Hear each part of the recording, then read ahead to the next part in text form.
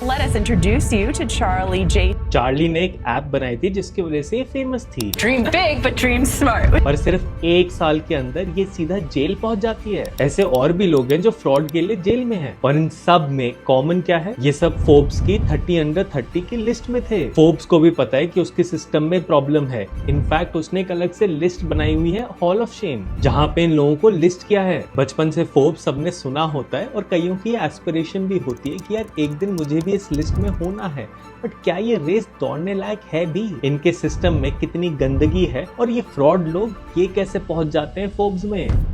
US government college students को financial help करती है, बट ये पेपर वर्क बहुत कॉम्प्लिकेटेड होता है। तो चार्ली ने फ्रैंक नाम से एक ऐप बनाई थी जो इन स्टूडेंट को हेल्प करती थी वो फॉर्म्स भरने में। रिस्पॉन्स अच्छा था बट उतना अच्छा नहीं था जितना चार्ली चाहती थी। अब इसे बनानी थी हाइप, क्योंकि जो दिखता है वो बिकता है। और यही आती है फोर्ब्स। फोर्ब्स में आप आर्टिकल 2 तरीके से लिख सकते हो। या तो आप डायरेक्टली फोर्ब्स के स्टाफ में आते हो जिसे रेगुलर सैलरी मिलती है, या फिर एज अ फ्रीलांसर लिख सकते हो। बस इन्हें फ्रीलांसर की जगह कंट्रीब्यूटर बोलते हैं। अब अगर कोई बंदा आपको बोले कि यार मैं फोर्ब्स पे आर्टिकल लिखता हूँ तो सुन के शायद बढ़िया लगेगा, बट पेमेंट के मामले में कुछ भी बढ़िया नहीं है। एक आर्टिकल के आपको लगभग 4,500 रुपए मिल जाते हैं, बट ये वो आर्टिकल चैट जीपीटी से निकाले हुए नहीं होते। ऑन एन एवरेज 10 घंटे लग जाते हैं एक आर्टिकल लिखने में, तो हर घंटे के 450 रुपए। तो फ्रीलांसर्स क्या करने लग गए कि आप हमें पैसे दो, हम आपके बारे में फोर्ब्स में लिख देते हैं, क्योंकि फोर्ब्स वाले तो बहुत कम पे करते हैं। ऐसे केसेस सामने आए हैं जहां पे कंट्रीब्यूटर खुलेआम पैसे मांगते हुए पकड़े गए हैं। तो ये पता नहीं चलता कि कौन अपने बारे में पैसे दे के लिखवा रहा है। चार्ली ने अपनी हाइप बनाने के लिए इन कंट्रीब्यूटर्स को पैसे दिए और अपने बारे में आर्टिकल्स पब्लिश करवाए। अब सबको लगने लगा था कि ये तो कोई तोप चीज है जिसके बारे में फोर्ब्स लिखता है,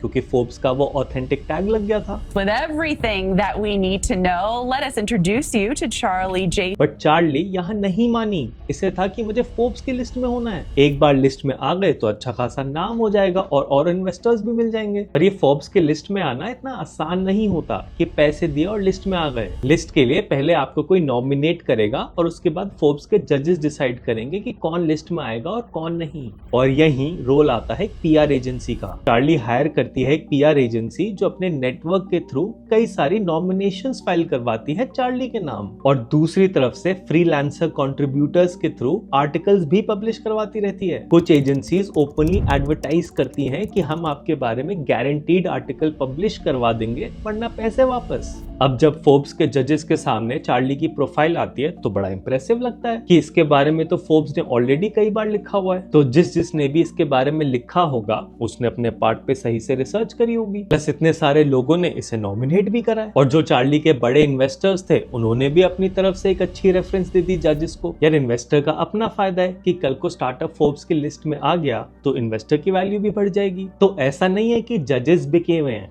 एटलीस्ट ओपनली अभी तक कोई पब्लिक के सामने केस नहीं आया है जहां पे जजेस को पैसे दे के लगवा लिया हो। और ऐसे करके 2019 में फोर्ब्स 30 अंडर 30 में पहुंच जाती है चार्ली। कमाल ये है कि ये उसी साल क्रेन्स की 40 अंडर 40 लिस्ट में भी आ जाती है। अब जब इतना नाम हो गया तब ये अपनी कंपनी बेचना चाहती थी और पहुंचती है जेपी मॉर्गन चेस के पास। फोर्ब्स पे आने से पहले लगभग 3 लाख स्टूडेंट्स इसकी ऐप यूज करते थे, पर जब ये जेपी मॉर्गन के पास पहुंची तब तक 5 मिलियन स्टूडेंट्स हो चुके थे। और ultimately JP Morgan buying another financial startup, this time it's college financial platform, Frank.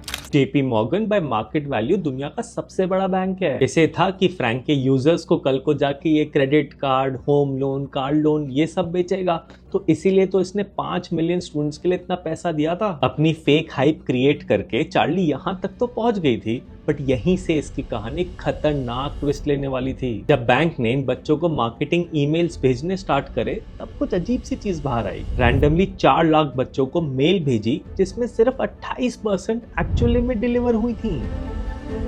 इसका मतलब ये था कि जो लिस्ट चार्ली ने प्रोवाइड करी थी वो एक्चुअली में एग्जिस्ट ही नहीं करती थी, वो फेक थी। जब बैंक वालों ने इन्वेस्टिगेट किया तब पता चला कि चार्ली ने एक डेटा साइंटिस्ट को अप्रोच किया था सिंथेटिक डेटा बनवाने के लिए कि बैंक अपनी ड्यू डिलिजेंस करने आएगा तो इसके लिए मुझे फेक डेटा चाहिए। In the court case between JP Morgan Chase and fintech startup Frank, Charlie has been found guilty at a fraud trial. Dream big but dream smart. इस पे बैंक पे भी कई सवाल उठे थे कि इन लोगों ने खरीदने से पहले एक बार भी चेक नहीं किया कि वो लिस्ट सही थी कि नहीं। एंड ये भी पता चला कि कि फोर्ब्स को जो इन लोगों ने 3 लाख स्टूडेंट्स बताए थे वो भी सच नहीं था, बट फोर्ब्स ने या किसी और ने कभी वेरीफाई ही नहीं करा, सब हाइप को फेस वैल्यू पे लेते रहे। चार्ली ने उस टाइम खुद बोला था कि कई बार बेटर पिक्चर दिखानी पड़ती है, fake it till you make it करना पड़ता है, जिसे ये आर्ट ऑफ सेलिंग काउंट करती हैं। मैडम इसे आर्ट ऑफ सेलिंग नहीं फ्रॉड कहते हैं। और आज ये कहीं ना कहीं सही भी है कि रियलिटी से ज्यादा परसेप्शन, हाइप, इन चीजों को रिवॉर्ड किया जाता है। जो सक्सेस है वही अब मैन्युफैक्चर करा जा रहा है और खुद फेक बन चुका है। तो अगर तुम अपने आप को किसी से कंपेयर करते हो एंड अपने बारे में बुरा फील करते हो तो अपने आप को ये याद दिलाना कि जो तुम देख रहे हो ना वो एक बनाया हुआ परसेप्शन भी हो सकता है,